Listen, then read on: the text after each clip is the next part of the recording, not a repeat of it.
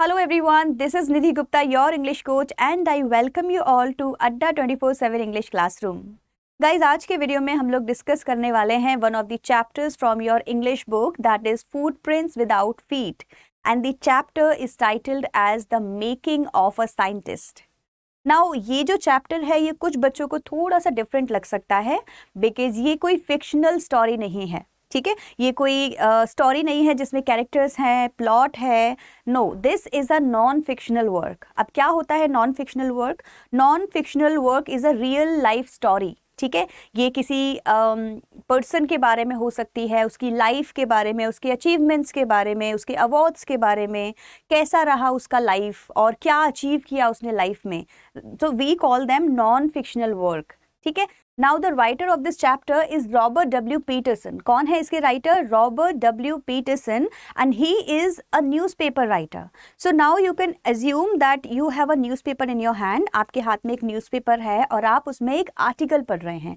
So take this chapter as an article. तो ये आपको बहुत easy लगेगा, right? Don't find any story in this chapter क्योंकि कोई story नहीं है. ये life and उनके experiences and उनके achievements के बारे में. किसके achievements के बारे में है? ये है रिचर्ड एच एब्राइट के अचीवमेंट्स के बारे में. तो ये जो पूरा आर्टिकल है जो आप पढ़ने वाले हो, इसमें जो पर्सन है जिसके बारे में हम लोग बात कर रहे हैं वो कौन है? रिचर्ड एब्राइट. रिचर्ड एब्राइट एक बायोलॉजिस्ट है, एक साइंटिस्ट है जो वर्ल्ड फेमस साइंटिस्ट है. उनके बारे में हम इस चैप्टर में पढ़ने वाले हैं.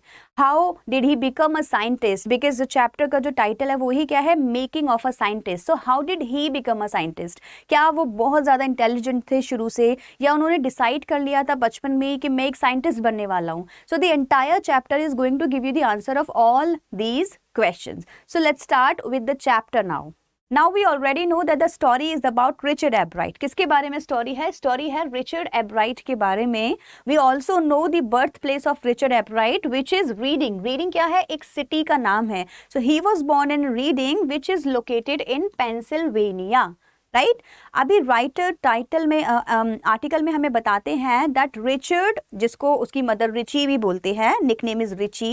Richard was a very bright student and he was very curious by nature. Curious क्या होता है? जब आपको नई नई चीज़ों में ज़्यादा इंटरेस्ट हो and you want to know everything. जो भी लाइफ में चल रहा है आपको सब जानना है. So this kind of a nature Richard has. Right. तो इनकी जो मदर है she already knew that my child is like that only. He is very bright.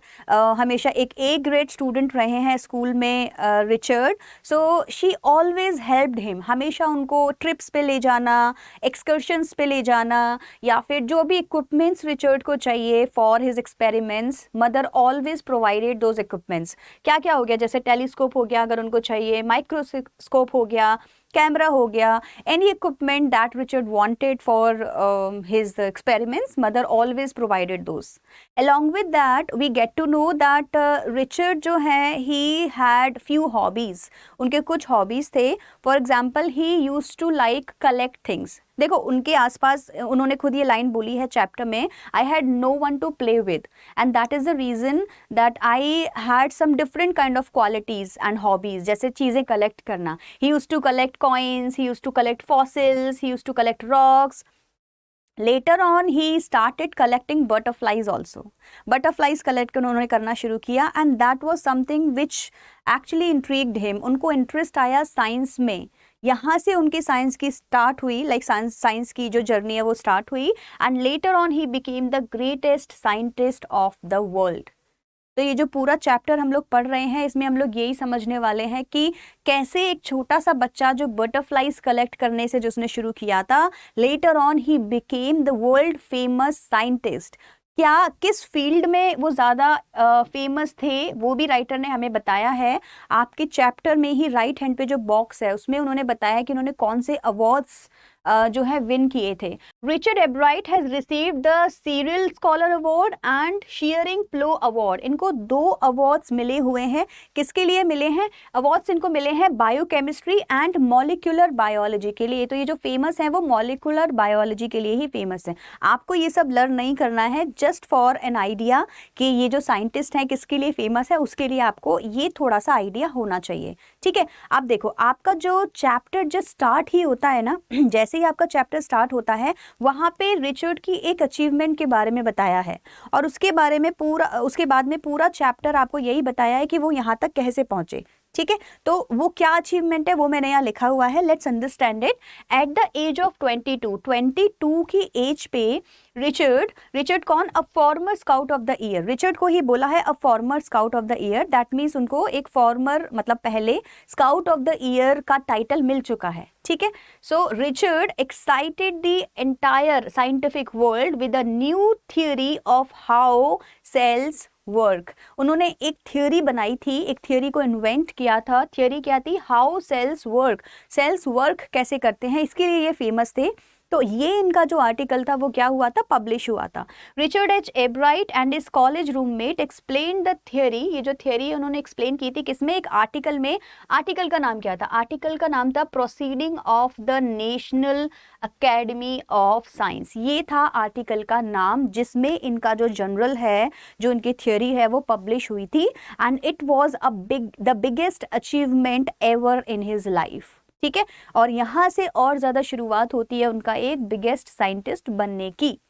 अब पूरे चैप्टर में हम लोग क्या पढ़ेंगे कि कैसे यहाँ तक वो पहुँचे। Was he an intelligent student already, has he already decided कि उनको साइंटिस्ट बनना है, या वो एक्सीडेंटली साइंटिस्ट बने, या फिर जो बटरफ्लाइज कलेक्ट करने का जो उनका हॉबी था वहाँ से उनको साइंस में इंटरेस्ट आया। राइट, तो ये पूरा चैप्टर है। तो देखो मैंने क्या किया है, मैंने इस पूरे चैप्टर को उनके अचीवमेंट्स में डिवाइड किया है। ठीक है, एक सीक्वेंस डिसाइड किया है मैंने कि उन्होंने किस एज पे क्या किया और कैसे वो 22 एज पे जो उनका पब्लिश हुआ था और बाद में जो साइंटिस्ट बने थे वो सब कैसे हुआ। ठीक है, तो मैंने जो सीक्वेंस किया है वो मैं आपको एक एक करके इस पे बताती जाऊंगी। सबसे पहले क्या हुआ, ग्रेड सेकंड में उन्होंने क्या किया, ही collected all the 25 species of butterflies. आपको पता है ना उनको हॉबी थी किस चीज़ की, he had interest in collecting butterflies. इतना अच्छा उनको इंटरेस्ट था इस चीज़ में that he collected all 25 species of butterfly की जितनी भी स्पेसीज उनके घर के आसपास थी, जहाँ वो रहते थे रीडिंग में, वहाँ पे उन्होंने जितनी भी बटरफ्लाइज थी सारी कलेक्ट की। And he really enjoyed doing this. Now what happened, जब उन्होंने कलेक्शन कर लिया था ही थॉट ठीक है ये हॉबी तो खत्म हो गई, but no, that was actually not the end but the starting. क्यों, because his mother brought him a book named the travels of monarch X. ठीक है, मोनार्क एक्स किसके लिए है, एक्चुअली बटरफ्लाइज के लिए ही है। ये एक बुक थी जिससे जो इसके राइटर थे फेडरिक, डॉक्टर फेडरिक इसके राइटर थे। उन्होंने ये बुक लिखी थी, किसके लिए लिखी थी, बटरफ्लाइज के माइग्रेशन को चेक करने के लिए कि जो मोनार्क है वो कहाँ कहाँ से माइग्रेट होके कहाँ कहाँ जाती है। This was the topic. तो ये बुक जो है रिचर्ड की मदर ने उनको दी, which increase his interest in science, इससे और ज़्यादा उनको जो है इंटरेस्ट इसमें आने लगा। इसमें बेसिकली करना क्या था कि जितनी भी बटरफ्लाइज आपको मिल रही हैं आप क्या करो, उनको टैग कर दो। टैग मतलब एक छोटा सा टैग लगा दो उनके पीछे, so that we can recognise कि ये कहाँ से बटरफ्लाई आई है। दिस वॉज द फैक्ट जो कि रिचर्ड को बहुत इंटरेस्ट आया इसमें, एंड ही डिड इट। उन्होंने ये किया भी और बहुत ही अच्छे से उन्होंने इसका एक्सपेरिमेंट किया। ही थॉट कि एक एक बटरफ्लाई को कलेक्ट करने से तो अच्छा है कि मैं ब्रीडिंग अपने यहाँ ही कर लूँ। तो उनके बेसमेंट में उन्होंने क्या किया, बटरफ्लाइज की ब्रीडिंग की, और जो लेडी मोनार्क बटरफ्लाई जो होती थी उसको वो कलेक्ट करते थे। And he tagged a lot of butterflies like that. Any how ये जो वर्क था बहुत ज़्यादा टीडियस था, तो रिचर्ड को उसमें इतना ज़्यादा इंटरेस्ट नहीं आया था। But this kind of developed a scientific temperament in Richard. उनको साइंस के लिए जो उनका इंटरेस्ट था वो और ज़्यादा बढ़ गया था इसके बाद में। And he thought that now he is ready for the part लेने के लिए किसमें, काउंटी फेयर में। काउंटी फेयर इज़ बेसिकली जो इंटरनेशनल लेवल पे जो फेयर होते हैं, बच्चों के कॉम्पिटिशन्स होते हैं, आप जाते हो अपने प्रोजेक्ट्स दिखाते हो। सो इसी तरह से बहुत सारे प्रोजेक्ट्स में उन्होंने पार्ट लिया। ग्रेड 7th में जब वो थे तभी उन्होंने क्या किया था, एक काउंटी साइंस फेयर में वो गए थे। And he kind of a projected one of his experiments, जिसमें उन्होंने क्या किया था, एक फ्रॉग के टिश्यूज़ को माइक्रोस्कोप के अंदर दिखाया था और बोला था देखो मेरा कितना नीट एंड क्लीन प्रोजेक्ट बना है। But he lost that, lost मतलब वो विन नहीं किए थे उस काउंटी साइंस फेयर को, because his project was just a model, एक तरह से उन्होंने बस प्रोजेक्शन किया था, कुछ लाइव एक्सपेरिमेंट नहीं किया था, कुछ रियल लाइफ एक्सपेरिमेंट नहीं किया था। And this kind of taught him a lesson, उनको एक लेसन मिला और उनको समझ आया कि ऐसे काम नहीं चलेगा। To win a science experiment, science का जो फेयर होता है उसको जीतने के लिए I need to do a real life experiments. So grade 8th में जब थे तब उन्होंने क्या किया, in grade 8 he won the county fair with his unique idea of finding a cause of viral disease that killed almost all the monarch caterpillars every year। उन्होंने क्या किया, उन्होंने फाइंड आउट किया, कोशिश की फाइंड आउट करने की कि जो कैटरपिलर्स हैं, बटरफ्लाई बनने से पहले जो कैटरपिलर होती है, बहुत सारे कैटरपिलर्स क्या होता है एवरी ईयर मर जाते हैं। कैसे मरते हैं, there must be a viral disease. और उन्होंने सोचा कि बीटल्स के प्रेजेंस में ये मरते हैं, मतलब beetle is the reason, beetle is kind of an insect, right, देखा होगा आप लोगों ने। तो उनको लगा कि बीटल की वजह से ये जितने भी कैटरपिलर्स हैं ये क्या है, मर जाते हैं और डेवलप नहीं हो पाते। Any how this was a wrong theory, because बाद में उन्हें पता चला कि कैटरपिलर्स के मरने का रीजन बीटल नहीं है, but this was an experiment that he did. एक रियल लाइफ का उन्होंने एक्सपेरिमेंट किया था। He presented this experiment in one of the county fair and he won the like prize, उनको प्राइज मिला, वो जीते। क्यों? क्योंकि उनको रियल एक्सपेरिमेंट के लिए उनको बहुत ज़्यादा अप्रिशिएट किया गया था। So this is how he started working on caterpillars, then pupa, then butterfly, और ऐसे उनको साइंस में और ज़्यादा इंटरेस्ट आता गया। नेक्स्ट ईयर उन्होंने क्या किया, the next year he made an experiments to show that the viceroy butterflies copied monarch. अब देखो ये दो तरह की बटरफ्लाईज है, एक है मोनार्क, एक है वाइसरॉय। आपको इस सब में डीप में बिल्कुल नहीं जानना है, बिकॉज हम ये चैप्टर लिटरेचर के पर्सपेक्टिव से पढ़ रहे हैं, right. We are understanding how to write a non fictional work, कैसे आर्टिकल में उसको लिख सकते हैं, हम ये समझ रहे हैं बेसिकली। सो आपको इतना ज़्यादा समझने की ज़रूरत नहीं है कि कौन सी है क्या है। एक्सपेरिमेंट उनका क्या था, उनका एक्सपेरिमेंट ये था कि जो वाइसरॉय बटरफ्लाईज होती है, मतलब एक तरह की जो बटरफ्लाई होती है वो दूसरी तरह की बटरफ्लाई को, जिसको हमने बोला मोनार्क बटरफ्लाई, उसको कॉपी करने की कोशिश करती है। ये क्या था उनका, ये उनका एक थियोरी था जो उन्होंने प्रेजेंट किया और इसके लिए भी उनको अवार्ड मिला था। अब देखो इसके बाद में उन्होंने जितने भी एक्सपेरिमेंट्स किए हैं ना, उनको सबके लिए कुछ ना कुछ अचीवमेंट्स, अवार्ड्स मिले ही मिले हैं, because he was very serious about it. अपने जिस भी कंपटीशन में वो पार्ट लेते थे, उनका एक एजेंडा होता था कि मुझे अपना बेस्ट देना है, कुछ ना कुछ लर्निंग करनी है और साइंटिफिक वर्ल्ड में कुछ इनोवेटिव करके दिखाना है। That was his main agenda and this proved to be successful like career for him. वो हमेशा जब भी किसी भी फेयर में जाते थे, कंपटीशन में जाते थे, he always used to win, वो हमेशा जीतते थे। Not because he wanted to win, इसलिए नहीं कि उनको जीतना था, because he just had this spirit of you know inventing new things and learning new things. एक क्यूरियस नेचर जो उनका था, उसकी वजह से he really liked to win the competitions। ठीक है, आई होप यहाँ तक आपको सब कुछ क्लियर हो गया है। लेटर ऑन व्हाट हैपेंड, उसके बाद में भी जो उनकी जर्नी है वो फिनिश नहीं हुई। हाई स्कूल में क्या किया, हाई स्कूल सेकेंड ईयर में he tried to find the purpose of tiny golden spots on the back of monarchs pupa. जो प्यूपा होता है, बायोलॉजी के स्टूडेंट ज़्यादा अच्छे से समझेंगे, उसके ऊपर गोल्डन कलर के डॉट्स होते हैं and they were 12 in number.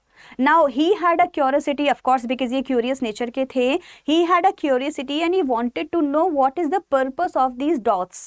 Everybody said कि ये जो dots हैं ये किस लिए हैं, just for an ornament, like design के लिए बनी हुई हैं, but he did not believe it। इन्होंने जो डॉक्टर फेडरिक थे, जिसकी जो बुक थी कैटरपिलर्स के बारे में, इन्होंने वो डॉक्टर फेडरिक को भी बोला and doctor Frederick said yes you are right, there must be a purpose behind it and this purpose was actually a turning point in his life. इसी से उनको जो सेल और डीएनए कॉपी का जो एक ब्लूप्रिंट मिला वो यहीं से उनको मिला था। ठीक है, गॉट टू नो दैट ये जो स्पॉट्स हैं इनसे क्या निकलता है, एक हार्मोन निकलता है and that hormone is very important. इसी हार्मोन की वजह से जो कैटरपिलर होता है वो एक प्यूपा बनता है और वहीं से वो एक प्यूपा से एक बटरफ्लाई बनता है। If we don't have this hormone, the development of a butterfly would not happen. एक बटरफ्लाई जो बनती है बटरफ्लाई, वो नहीं होगा। सो वो जो हार्मोन था वो इन्होंने ही डिस्कवर किया था। ठीक है, और अगर ये डिस्कवर जब नहीं करते, उससे पहले लोगों को आइडिया ही नहीं था, दे यूज्ड टू थिंक कि जो गोल्डन स्पॉट्स हैं they are just for the decoration के लिए हैं। तो उन्होंने क्या किया, he found out that this he discovered that unknown insect hormone। पहले इसको नाम भी नहीं था, मतलब पहली बार इन्होंने इसको क्या है डिस्कवर किया था। फिर उन्होंने क्या किया, अपने जो एक्सपेरिमेंट्स हैं उनको उन्होंने कंटिन्यू किया और ज़्यादा इसके बारे में जाना। फिर सीनियर ईयर में इन्होंने क्या किया, he grew cell from the monarch's wing. Butterfly के ऊपर जो इनके एक्सपेरिमेंट्स हो रहे हैं वो बढ़ते जा रहे थे। ऑफ कोर्स आपको एक्सपीरियंस होता जाता है तो आप नए नए एक्सपेरिमेंट्स करते हो, इन्होंने भी किया। इन्होंने क्या किया, ये सेल ग्रू किया, इन्होंने एक सेल को ग्रो किया, किससे, मोनार्क के विंग से। Monarch is basically butterfly, okay, butterfly का ही टाइप होता है। तो इन्होंने क्या किया, बटरफ्लाई के विंग से एक सेल बनाया and proved that cell development into a butterfly only happens because of this found hormone। जो हार्मोन से सेल डेवलपमेंट हो रहा है बटरफ्लाई का, ये इन्होंने बताया कि ये हार्मोन बहुत ज़्यादा इंपॉर्टेंट है।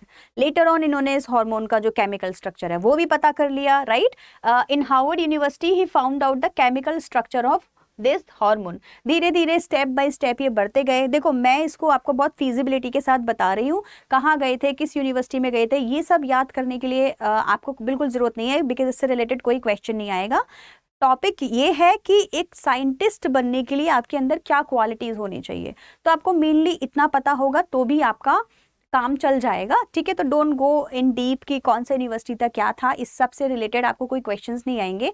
आपको questions like value based questions इसमें से आ सकते हैं, जिसके बारे में हम लोग डिस्कस करेंगे चैप्टर में, ठीक है। यहाँ तक कि आपको इनकी जर्नी समझ आ गई, कैसे वो छोटे से लाइक सेकेंड ग्रेड से उन्होंने अपनी जर्नी स्टार्ट की थी और हाई स्कूल सीनियर ईयर में आके भी वो अपने एक्सपेरिमेंट्स पे एक्सपेरिमेंट्स किए जा रहे हैं। टॉपिक क्या है, बटरफ्लाइज के ऊपर उन्होंने बहुत सारी रिसर्च अपनी की। फाइनली उनको एक हार्मोन भी मिल गया, राइट। जो हार्मोन उनको मिला था that was the reason of the development of the butterflies. One day while looking at the photo of the chemical structure, जो हार्मोन का जो केमिकल स्ट्रक्चर था वो उसका फोटो देख रहे थे, and he solve one of the biggest puzzles of life, how a cell blueprints its DNA.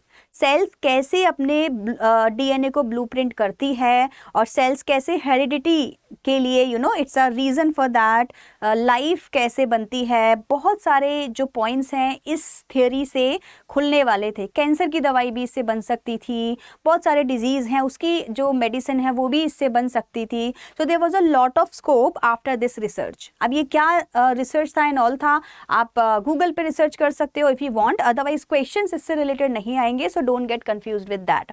Richard A. Bright graduated from Harvard with the highest honor, second in his class of 1510 students. ठीक है, almost 1500 students थे उनकी class में and he stood second out of them. ठीक है, कहाँ से graduate हुए थे, हार्वर्ड यूनिवर्सिटी से ग्रेजुएट हुए थे। ये कुछ चीज़ें हैं जो आपको उनके अचीवमेंट्स के बारे में बताती हैं and how did he start from, like he started from grade second and then he kept on doing hard work in that, right. So this is entire chapter is all about, आपको बताया जाता है कि क्या क्या होना चाहिए, आपके अंदर क्यूरियोसिटी होना चाहिए, आपके अंदर एक ब्राइट माइंड होना चाहिए और परसिवरेंस होना चाहिए। Perseverance means keep on doing your things. Grade 7th में जब इनको अवार्ड नहीं मिला था, what he could have done, he could have like left all those things. He could have had no interest in these fair and competitions, but he took it otherwise. He thought I should also need to do a real life experiment if I want to win this competition. So he kept on working in this field only, right? So it is called perseverance. तो ये ही क्या है, ये qualities होती हैं एक scientist की। एक साइंटिस्ट बनने के लिए ये चीज़ें बहुत ज़्यादा ज़रूरी हैं। अभी देखो लेटर ऑन जो लास्ट में जो आपका चैप्टर है उसमें क्या है, राइटर कुछ चीज़ें और बताता है रिचर्ड के बारे में। जैसे वो क्या थे, he was a good debater थे, एक पब्लिक स्पीकर थे, एक कैनोविस्ट थे। तो बहुत ज़्यादा अच्छी क्वालिटीज़ इनके अंदर बचपन से ही थी। Later on he started showing these qualities on stages also, like stage पे जाके इन्होंने बहुत अच्छे डिबेट्स में पार्ट लिया, पब्लिक स्पीकिंग की बहुत ज़्यादा। He always participated in the competitions to give his best at whatever he use to do, right. तो ये कॉम्पिटिशन्स में इसीलिए नहीं जाते थे that he wanted to win, he always went to the competitions with the spirit of giving his best of his ability. So that was the mindset of Richard since his childhood. Now what's the lesson from the story? I have already discussed it with you and I'm repeating it. जो lesson है इस chapter से आपको सीखने को जो मिलता है वो है that how can you become a scientist, scientist अगर आपको बनना है तो उसके लिए आपके अंदर क्या क्या क्वालिटीज होने चाहिए, right?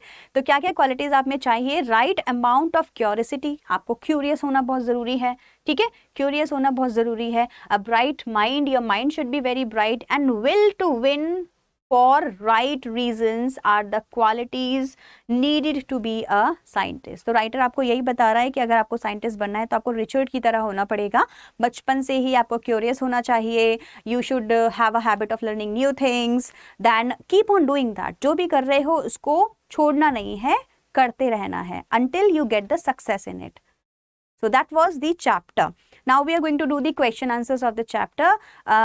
They are going to be easy. हम लोग बहुत ज़्यादा डिटेल में नहीं जाएंगे, उनकी यूनिवर्सिटी क्या थी, कौन सी एज पे उन्होंने क्या किया था, या फिर क्या एक्सपेरिमेंट था, उस सब से ज़्यादा हमको ज़रूरत नहीं है इतना ज़्यादा डीप जाने की, बिकॉज हार्डली इस चैप्टर से कोई क्वेश्चन पूछा जाता है आपके एग्जाम में। शॉर्ट क्वेश्चन आएगा, ऑफ कोर्स ज़्यादा इंपॉर्टेंट नहीं होगा। वैल्यू बेस्ड क्वेश्चन आ सकता है, जैसे कि आपको पूछ सकते हैं what are the qualities a scientist should have और how can you become a scientist. So वो एक वैल्यू बेस्ड क्वेश्चन है जिसको आप अच्छे से एक्सप्लेन खुद से कर सकते हो। Now let's start the question answers. So the question is how did the boy's mother help him in learning new things. देखो मदर जो थी रिचर्ड की, she already knew that Richard is a very bright student, very bright child, very curious by nature. So कभी कभी क्या होता है, बच्चे जब क्वेश्चंस करते हैं ना, their parents don't entertain them, parents उनको एंटरटेन नहीं करते हैं, उनको आंसर्स नहीं देते हैं, एंड दे आर लाइक ठीक है तुमको क्या करना है ये जान के। Richard mother was not like that, she was opposite, she always supported Richard. Even जो इक्विपमेंट्स रिचर्ड को चाहिए थे, टेलीस्कोप हो गया, कैमराज हो गए, anything he needed, right, Richard's mother provided all those equipments to Richard. Along with that उसको trips पे ले जाना, इवनिंग में डिनर टेबल पे बातें करना। If Richard is free, he has nothing to do, mother would give him a task। क्या task देंगी उसको? कुछ भी दे सकती है, कोई एक्सपेरिमेंट करने के लिए दे सकती हैं, या जहाँ से लर्निंग हो वो देगी, फिजिकल टास्क नहीं, कोई भी normal task mother would give to Richard। So this was Richard's mother who really helped him in becoming a scientist। तो ऐसे करके उन्होंने हेल्प किया था रिचर्ड को, ठीक है। How did a book become a turning point in Richard Ebright's life? देखो कितना ज़्यादा ज़रूरी था वो बुक, जो मोनार्क एक्स के बारे में जो बुक थी, रिचर्ड की मदर ने उनको दी थी, right. How important that was. Richard collected 25 butterflies and then he got fed up of it. He thought, okay, my work is done. But after reading the book, he got to know there is a lot to learn. And then at the end of the book, there was a task given. The task was to tag all the monarch butterflies that you find. This was something that actually intrigued Richard to do. He did it. He tagged all those butterflies. Later on, what he did, he collected the butterflies and उनको उसने अपने basement में जाके breed किया, right. Basement में उन्होंने breed किया, वहाँ से और ज़्यादा बटरफ्लाइज हुए, उन्होंने उनको टैग किया और बटरफ्लाइज को उड़ने के लिए छोड़ दिया। Later on he found out कि 2-3 बटरफ्लाइज उनके आसपास उनको मिली भी थी जिससे टैग, जिस पे रिचर्ड का टैग था। So what was that? That was a task given by the book. अगर बुक ने रिचर्ड को ये टास्क नहीं दिया होता तो Richard would have never done this experiment. He would have never spent so much time in breeding those butterflies, in observing those butterflies and in knowing more about those butterflies। जो hormone जो उन्होंने theory जिसको उन्होंने discover किया था, that hormone also took time, right? इतना ज़्यादा time उन्होंने बटरफ्लाइज के साथ स्पेंड किया, तभी तो उनको याद आया कि भाई प्यूपा के ऊपर जो डॉट्स होते हैं वो क्यों थे। That actually questioned, like he questioned this thing because he spent a lot of time with pupas and caterpillars and butterflies। I hope this is clear, ठीक है। So the book had a big role in his life। What lessons does Bright learn when he does not win at a science fair? आप लोग को याद है उन्होंने experiment किस चीज़ के ऊपर किया था? उन्होंने फ्रॉग के टिश्यूज़ को माइक्रोस्कोप में दिखाया था and his model was neat and clean। Good for him, but he did not win anything. Why? Because the other students, he noticed, he observed that the other students had a lot of new experiments. He did real life experiments with the different things. he found out that if I want to win this competition, अगर ये competition मुझे future में भी जीतना है, I really need to work hard. I really need to bring a real experiment of something. And you remember what he did next year? उन्होंने क्या किया था? एक disease के बारे में पता लगाया था. He tried to find it out that why does the caterpillar die? All the caterpillars in the nearby area were dying. So he thought there is a viral disease and I'm going to find it out. He could not find out the actual disease. उनको लगा था beetles की वजह से है, but beetles were not the reason, because later on he grew the butterflies in presence of beetle also, and that was all okay. So there was no disease. His experiments was not correct, वो correct नहीं था, but at least it was an experiment. ये एक experiment था that he projected in front of the judges, and he won the prize for that. उनको क्या हुआ था? He won the prize for that presentation जो भी उन्होंने एक्सपेरिमेंट रियल लाइफ का किया. So that was the lesson. आप देखो इसमें एक वैल्यू बेस्ड आंसर आप ये भी बोल सकते हो कि जब आपको कहीं किसी कंपटीशन में आप नहीं जीतते हो तो you should not be you should not feel demotivated, right. What you have to do is you should have even double spirit of winning next time. ऐसा आपका नेचर होना चाहिए that next time I am going to win this, anyway I am going to do this, because whatever mistakes I did I am not going to repeat them. ये आपको आपका interest होना चाहिए इस चीज में. Whatever mistakes I did, what I am going to do next time, I am not going to repeat those mistakes again, right. That is what the spirit Richard had. So वहीं से उन्होंने ये चीज को भी सीखा था. What experiments and projects does he then undertake? हम लोगों ने अभी अभी इसके बारे में डिस्कस किया है, डिजीजेस के बारे में. एक जो डिजीज थी कैटरपिलर्स के लिए, उसके बारे में इन्होंने जो है डिस्कवर किया था, and then he found out the result also. ठीक है, तो अभी अभी डिस्कस किया, तो you can do it on your own. Next is what are the qualities that go into making of a scientist, right. तो ये तो पूरा चैप्टर ही हो गया इसके बारे में. 3 क्वालिटीज हैं जो आपके अंदर होना चाहिए. आप उसको अच्छे से एक्सप्लेन कर लेना. क्या क्या होना चाहिए? You should have a curious mind. आपका जो माइंड है बहुत क्यूरियस होना चाहिए. Your mind should B bright also. You should be a bright student of course, because अगर आप ब्राइट नहीं होंगे तो आप कैसे एक्सपेरिमेंट्स करोगे. और देखो सिंपल सा फंडा है गाइज, अगर आप क्यूरियस हैं, your nature is curious, that means you are definitely a bright student. जो क्वेश्चंस करता है वो कभी भी ब्राइट ना हो, ऐसा हो ही नहीं सकता. जितना ज़्यादा क्वेश्चंस हम करते हैं, इसी को बोलते हैं क्यूरियस नेचर होना.